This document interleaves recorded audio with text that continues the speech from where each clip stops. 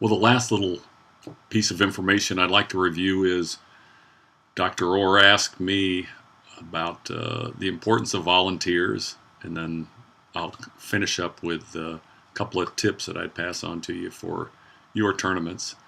The volunteers are literally priceless. You get people who are enthusiastic, who understand what the goals are, and uh, and they want to have fun. They want to do a good job. And we had a core cadre of people that participated multiple years, offered good suggestions year after year, and so it was their tournament. It wasn't my tournament or my partner's tournament or even Booz Allen's tournament. It was their tournament, and really that's the part about the volunteers that I think is crucial.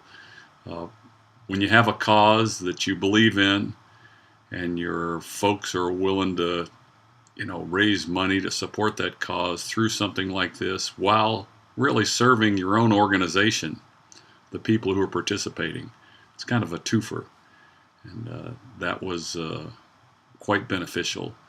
The downside of, I mentioned the word democracy, I think, in the previous blurb, and that slows things down a little bit, but when you get everybody feels like they have a voice, you end up with, I think, better involvement, more wholesome environment for them to participate in.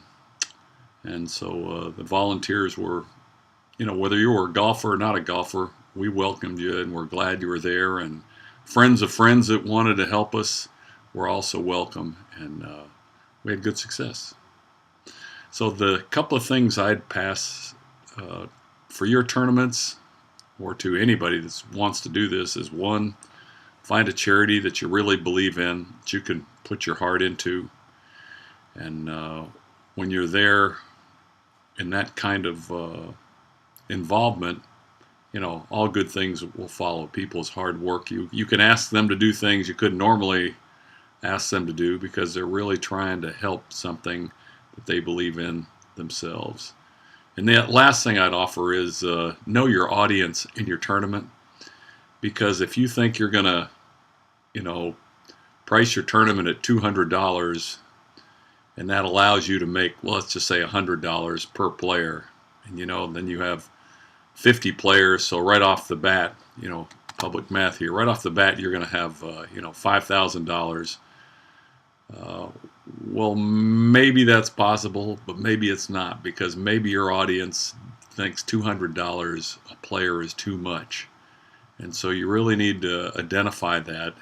So structure your not your green fees, but structure your offering at a level that is going to meet your audience, because our plan was, we thought our audience would support, based on canvassing the area and other tournaments that we know existed, they'd support $100 for the tournament, and then they'd come spend about $25 more. So we were actually going to get about $50 per person. The $25 came out of the $100.